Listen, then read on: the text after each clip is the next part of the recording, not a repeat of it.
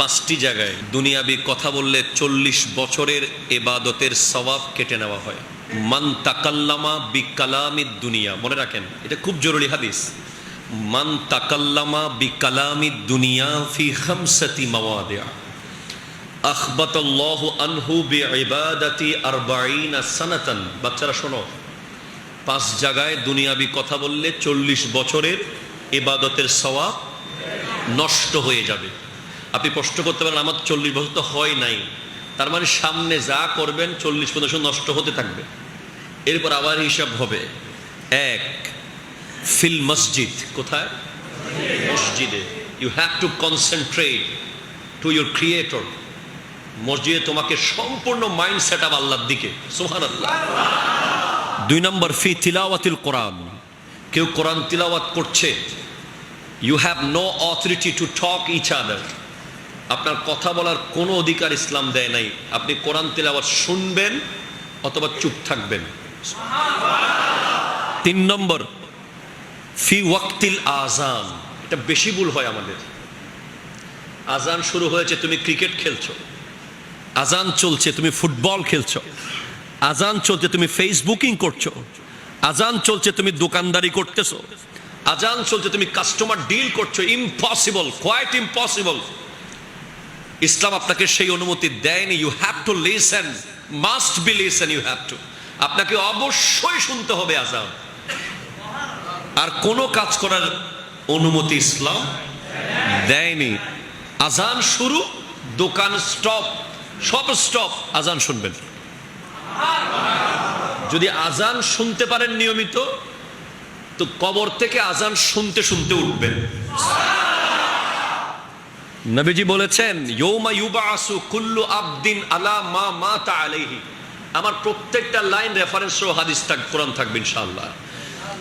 নবীজি বলেছেন ইয়ৌমা ইউবাসু কুল্লু আবদিন আলা মা মাতা আলাইহি। প্রত্যেক ব্যক্তি হাসরের মাঠে উঠবে, যেভাবে সে মরবে সেভাবে সে উঠবে। আপনি আজান দেনেওয়ালা হিসেবে মরেন, আপনি আজান দিতে দিতে উঠবেন। আপনি আজান শুননেওয়ালা হিসেবে মরেন, আপনি আজান শুনতে শুনতে উঠবেন। এরপরে কয়টা গেছে? 1 মসজিদ, 2 আজানের সময়, 3 তিলাওয়াতের সময়, 4 ফি মজলিসিল উলামা। আলেম যখন কথা বলবে, এটা আমাদের সমাজে বড় সমস্যা। আজকের মাহফিল দেখে বড় ভালো লাগলো আমার।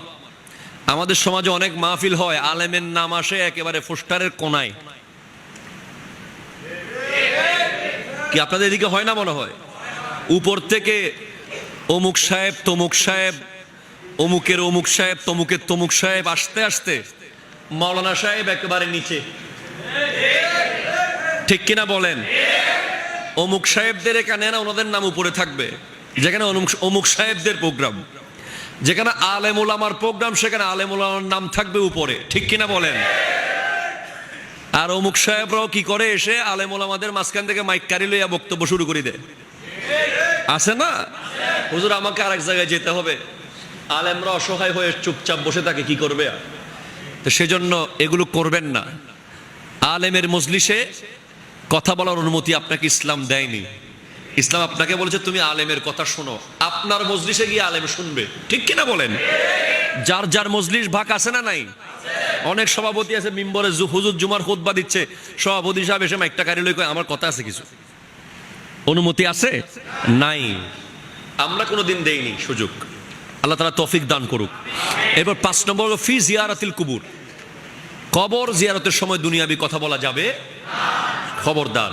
এই 5টা জায়গা, মসজিদ, তিলাওয়াতুল কোরআন, ওয়াক্তিল আজান, আলেমের মজলিস, কবর জিয়ারত। এই 5 জায়গার সাথে সম্পর্ক ডাইরেক্ট কার সাথে? জোরে কর না, কার সাথে? মাঝখানে যখন আপনি কথা বলেন, আল্লাহ আর ওই জায়গার মাঝখানে আপনি ডিস্টার্ব করেন। সেজন্য আপনার যদি মনে হয় আপনি ডিস্টার্ব করবেন, you have to go, you have to abandon the place.